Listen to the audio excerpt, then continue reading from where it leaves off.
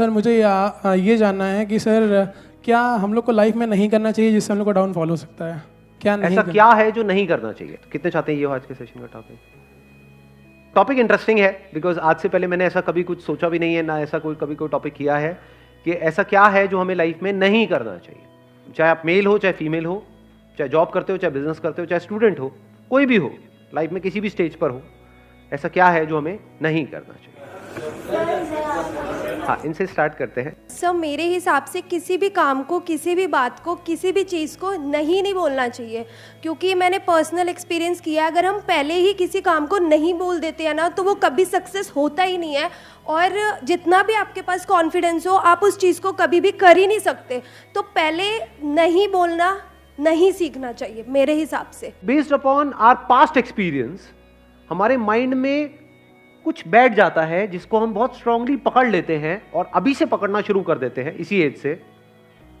यानी इस एज में हमारे माइंड में वो चीजें बैठने लग जाती हैं। बच्चों के माइंड में कुछ नहीं होता है, बच्चे बिल्कुल ब्लैंक स्लेट की तरह हैं, वहां पे ना हाँ लिखा हुआ है ना लिखा हुआ है, पर जैसे जैसे एज बढ़ती चली जाती है वो स्ट्रांग होता चला जाता है, और उसी की वजह से फिर हमारे कॉन्फ्लिक्ट्स होने लग जाते हैं, उसी की वजह से सारी रिग्रेट्स आती है। क्योंकि होता क्या है, बड़ी जल्दी हम ना बोल देते हैं।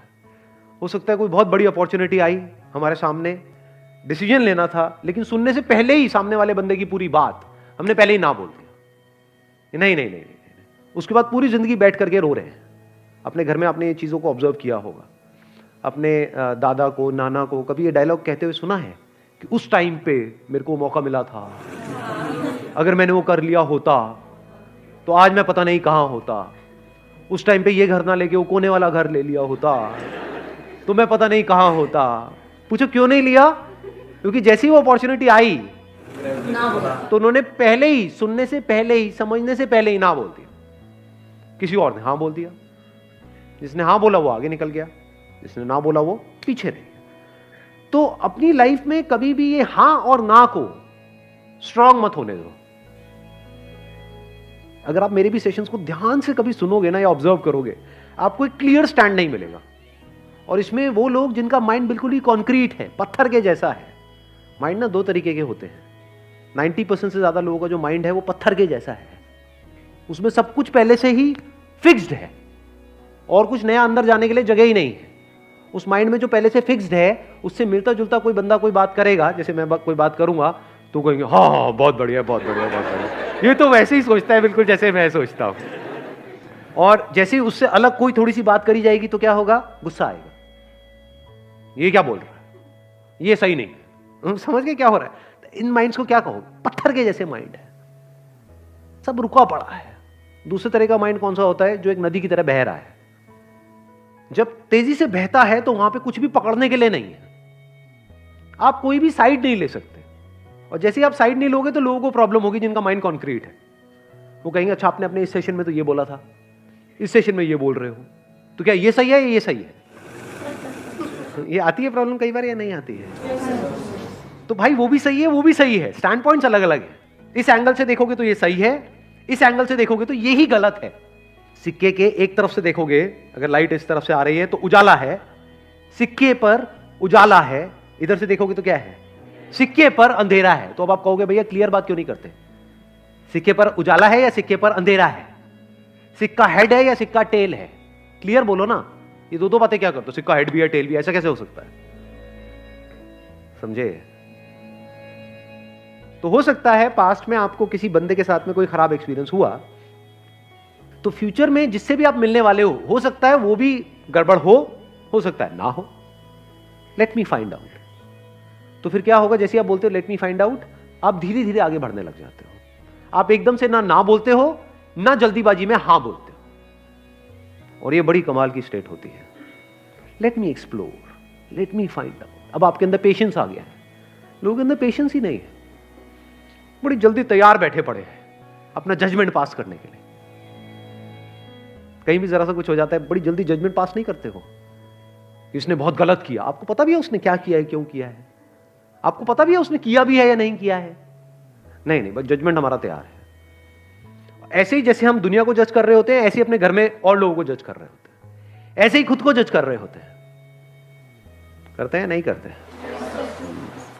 तो यस और नो क्या है? जजमेंट है। तो जजमेंट को जल्दी पास मत करो, आराम से करो, और इतना भी आराम से मत करो जैसे इंडिया में कोर्ट में होता है कि 20 साल लग रहे हैं एक जजमेंट को पास करने में। 20 साल नहीं लगने चाहिए ना 20 सेकंड लगने चाहिए, बीच का टाइम कहीं पे ठीक है, थोड़ा सा 2-4 दिन, 5 दिन, 20 दिन। बहुत बड़ा डिसीजन है तो 2 महीने। बड़ा डिसीजन मतलब क्या? शादी का डिसीजन बड़ा डिसीजन है, करियर का डिसीजन बड़ा डिसीजन है, तो वहां पे अगर 20-25 दिन, महीना भी लग जाए, दैट इज ओके। तो ये हमको एक आंसर मिला लाइफ में क्या नहीं करना चाहिए।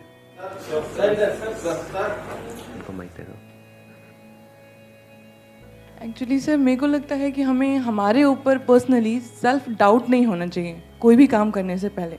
अगर हमने अपने आप पे डाउट करना शुरू कर दिया, फिर हम कुछ भी करेंगे, लाइक अगर मैं यहाँ स्टैंड करूँगी फिर मेरे को लगेगा मैं खड़ी हो रही, मैं कहीं गिर तो नहीं जाऊँगी। सो मुझे लग रहा है कि वो डाउट नहीं करना चाहिए अपने आप पे। हमें अपने ऊपर डाउट होने लग जाता है कि मैं ये कर भी पाऊंगा या नहीं कर पाऊंगा। तो अब ये बड़ा अच्छा पॉइंट है, ये खत्म कैसे हो? ये जो सेल्फ डाउट है ये एक बहुत बड़ी प्रॉब्लम है, क्योंकि अगर आपको अपने ऊपर ज़रूरत से ज़्यादा डाउट होने लग जाए, मैं इसको बोल सकता हूँ excess of everything is bad. Doubt हमारे माइंड में इस तरीके से आ रहा है कि मैं ये काम करूँ या ना करूँ, ठीक है, होना चाहिए। मैं इस बंदे पे ट्रस्ट करूँ या ना करूँ, होना चाहिए। कोई बंदा आकर के बोल रहा है कि हाँ मेरे को पैसा दे दे, 1 साल में तेरा डबल करवा दूंगा, तो वहाँ पर डाउट होना चाहिए कि ये बंदा फ्रॉड है। तो अब अगर ये सेल्फ डाउट आपको हेल्प कर रहा है तब तो बहुत बढ़िया है। अगर इस सेल्फ डाउट की वजह से आप अटक गए हो लाइफ में, ये सेल्फ डाउट इतना ज्यादा बढ़ गया है कि आपने अपने हथियार ही डाल दिए हैं, कि आप कह रहे हो कि नहीं अब तो कुछ हो ही नहीं सकता, मैं तो कुछ कर ही नहीं सकती, मैं तो कुछ कर ही नहीं सकता, मेरे तो कुछ बस का ही नहीं। हाँ वो सब कुछ कर सकता है, वो अलग मिट्टी का बना हुआ है, मैं नहीं कर सकता। ये आने लग जाता है, नहीं आता है। इससे कैसे बचे? अंदर तक आपको ये पता होना चाहिए, अंदर तक, कि आप में, मुझ में, किसी में भी कोई फर्क नहीं है। Brain is brain, body is body. Brain is not your brain और माई ब्रेन। इस सच को देख पा रहे हो? सिर्फ ब्रेन में जो इंफॉर्मेशन पड़ी है वो अलग अलग है, बट जो ब्रेन है, जिस तरह से ब्रेन काम कर रही है, दैट इज सेम। उसमें इंफॉर्मेशन अलग अलग है। तो हार्डवेयर इज सेम, आंखें सेम है, शेप अलग अलग हो सकती है, बट जिस तरह से वो काम कर रही है, जैसे 2 कैमरास हैं अलग अलग कंपनीज के, तो बाहर से दिखने में अलग अलग हो सकते हैं, ब्रांड अलग अलग हो सकता है, पर जिस तरह से वो काम कर रहा है वो सेम है। जिस तरह से लाइट पड़ती है, मिरर पे जाती है, ये होता है, रिफ्लेक्ट करता है, फिर वो इमेज को कैप्चर करता है, वो सेम है, वो अलग अलग नहीं है। ऐसे ही जब इस सच को आप देख लेते हो, यू, मी और anybody, we as in humans, we are all same. Your brain is not similar to Einstein's brain, it is same. तो एक एनर्जी आती है अंदर से। अब अपने आप को अंडर एस्टिमेट करते हो ना ओवर एस्टिमेट करते हो, क्योंकि ओवर एस्टिमेट भी जो खच्चर करते हैं उनके भी माइंड में ये बैठा होता है कि मेरी ब्रेन तो पता नहीं क्या है, आई एम तो जीनियस। वो भी खच्चर है, जीनियस खच्चर है वो। हाँ। और एक है जो बेवकूफ खच्चर है, वो क्या कह रहा है कि नहीं नहीं मेरी ब्रेन में ही कुछ कमी है, नहीं मेरे में कुछ कमी है। मेरे में मतलब क्या? अलग तरह की इंफॉर्मेशन अंदर डाल दो, वो अलग तरह से काम करने लग जाएगी ब्रेन। सिंपल है। जैसे कभी ऐसा हो जाता है कि जब लाइफ में मूड बहुत खराब होता है, यानी एक तरह के थॉट्स अंदर चल रहे हैं, एक तरह की इंफॉर्मेशन अंदर प्ले होती चली जा रही है ब्रेन पे, एकदम से आपने मेरा कोई सेशन देखा या कोई बुक पढ़ी या किसी और का कोई सेशन देखा, एकदम से सब कुछ बदल गया। तो क्या बदला है वहां पर? क्या ब्रेन बदल गई है? हार्डवेयर बदला है, सॉफ्टवेयर ही तो बदला है, इंफॉर्मेशन ही तो बदली है। पहले अपने अंदर ही अंदर कुछ और बोल रहे थे, अब कुछ और बोल रहे हो। आया समझ में? नहीं आया कुछ? अब कहां पे है सेल्फ डाउट बताओ? अब यहां पे ना तो इंफीरियरिटी कॉम्प्लेक्स है हमारे अंदर, ना सुपीरियरिटी कॉम्प्लेक्स है, कुछ भी नहीं है। मतलब मेरी ब्रेन और आइंस्टाइन की ब्रेन सेम है, आपकी ब्रेन और किसी की भी, any person you name it, जो भी पास्ट में हुआ या अभी है या होने वाला है, सेम है, कोई फर्क नहीं है। इसको सिर्फ ढंग से यूज करना है, समझदारी से यूज करना है, बस, और कुछ नहीं है। इनको देना माइक जरा। हाँ पीछे। मैं बस ये कहना चाहता हूँ कि हमें अपनी जड़ों को नहीं भूलना चाहिए, अपने पेरेंट्स, उनके एक्सपीरियंसेस। बहुत अच्छा पॉइंट इन्होंने बोला है कि हमको अपनी जड़ों को कभी नहीं भूलना चाहिए। देखो एक पेड़ है, किस बेस पे डिसाइड होता है कि वो पेड़ कितना बड़ा हो सकता है? उसकी जड़ें कितनी अंदर तक है।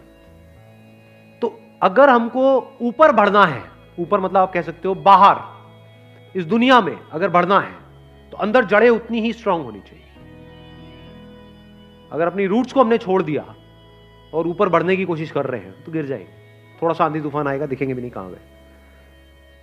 तो हमें क्या नहीं करना चाहिए, कभी भी अपने माँ बाप की डिसरिस्पेक्ट नहीं करनी चाहिए किसी भी हालत में। अपने माँ बाप के बारे में कुछ बुरा सोचना तक नहीं चाहिए, करना तो बहुत दूर की बात है। और कुछ लोग थोड़ा बहुत पैसों के चक्कर में पता नहीं क्या क्या कर रहे हैं। किसके साथ? अपने माँ बाप के साथ। कौन है माँ बाप? आपकी जड़ें हैं। और सोचो, आपको एक मजेदार बात बता देता हूं कि जो बंदा, अगर आपको पहचानना हो ना कि वो बंदा कैसा है, कि उस बंदे के साथ उस पर भरोसा करना चाहिए नहीं करना चाहिए, तो उस बंदे को ये देखो कि वो अपने माँ बाप के साथ कैसे बिहेव करता है। उसने अपने माँ बाप के साथ क्या किया।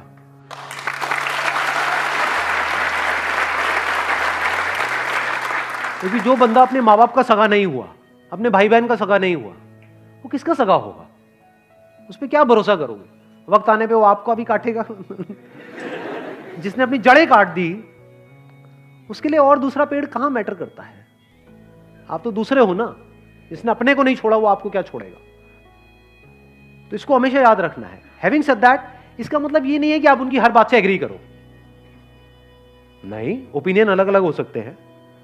डिसीजंस के बेस पे लड़ाई हो सकती है कि मेरा डिसीजन ये है, आपका डिसीजन ये है, मैं ये चाहता हूं, आप ये चाहते हो। उसमें लड़ाई हो सकती है और वहां पे करनी भी चाहिए। ये नहीं कि जो वो कह रहे हैं हर बात पे हम एग्री कर जाए। ऐसा नहीं होना चाहिए। फिर तो आपकी अपनी आइडेंटिटी ही क्या रही? कुछ भी नहीं है। वो बोलते रहेंगे, आप करते रहोगे। तो रिस्पेक्ट अलग चीज है और डिफरेंस ऑफ ओपिनियन अलग चीज है। तो इसको मिक्स मत करना। बिकॉज मेरे को पता है मेरी ये बात सुनते ही लोग क्या बोलेंगे कि हाँ, मेरे माँ बाप, अब आप जो कहोगे मैं वही करूंगा। वो कहेंगे बढ़िया है, यही तो हमें चाहिए था। ऐसे ही तो चाहिए हमें कि बेटा चल, अब तुझे ये करना है, तुझे ये करना है, तुझे ये करना है, इतने बजे उठना है, इतने बजे सोना है, इतने बजे यहाँ जाना है, वहां जाना है, ये होगा वो होगा, ये सारा कुछ। तुमसे लड़ लो। जहां पे अपनापन होता है वहीं पे लड़ाई होती है। अनजान से कौन लड़ता है कभी यहाँ पे अनजान में आपस में अभी कोई लड़ाई हुई है आकर के? तू मुझे पसंद नहीं है, भाड़ किया किसी ने ऐसा आपस में? हाँ, नहीं किया। क्यों नहीं किया? क्योंकि अनजान है। क्या अपने अपने घर चले जाना है सबको इस सेशन के बाद में? किससे किसको क्या लेना देना है? अपनों से ही तो लड़ाई होती है, अपनी बीवी से, अपने पति से, अपने माँ बाप से। तो लड़ो, लड़ने में कोई बुराई नहीं है।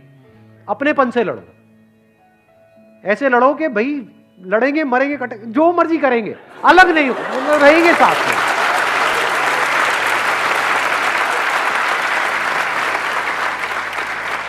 इसको इस तरह से भी कह सकते हो, आपस में लड़ेंगे, बाहर का कोई आएगा तो फिर हम एक हो जाएंगे, फिर नहीं छोड़ेंगे। या एक्चुअल में अगर कोई मुश्किल आएगी तो हम सब एक हैं। हाँ, आपस में हमारा चलता रहता है थोड़ा बहुत, उसमें कोई बुराई नहीं है। तो जड़ों को याद रखने का मतलब, जड़ों को ना भूलने का मतलब कि कुछ ऐसे लोग हैं आपकी लाइफ में जो आपको अंदर तक पता है कि ये मेरे अपने हैं। कैसे पता है? क्योंकि जब आपकी लाइफ का सबसे खराब टाइम चल रहा था तब भी वो आपके साथ थे, वो आपके अपने हैं, फॉर श्योर आपके अपने हैं। जब खराब टाइम में नहीं छोड़ा तो अच्छे टाइम में क्या छोड़ेंगे? और कुछ ऐसे लोग होते हैं, थोड़ा सा आपका टाइम अच्छा होता है, पीछे पीछे घूमने लग जाते हैं, आपके लारे लपे करेंगे, आपकी तारीफें करेंगे, आपको बोलेंगे कि हाँ तू तो मेरा भाई है, हम तो ये हैं, हम तो वो हैं। जैसे ही आपका टाइम थोड़ा सा खराब होगा आपको छोड़ देंगे, आपकी तरफ देखेंगे भी नहीं, आपसे बात तक नहीं करेंगे, एकदम पीठ कर देंगे आपकी तरफ। तो आप पहचान सकते हो ऐसे लोगों को। कुछ ऐसे लोग थे आपकी लाइफ में जब आप कुछ भी नहीं थे, या ये कह लो खराब टाइम चल रहा था, तब भी वो आपके साथ में थे। तो ये आपके अपने हैं।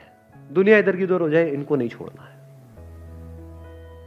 चाहे घर अलग अलग हो जाए, देखना, इसको भी ध्यान से समझ लेना। इसका मतलब ये नहीं है कि हाँ एक ही घर में रहेंगे जी, अब तो सास बहू आपस में एक दूसरे का गला काट रही है लेकिन रहेंगे हम एक साथ ही, ये नहीं कह रहा हूं मैं।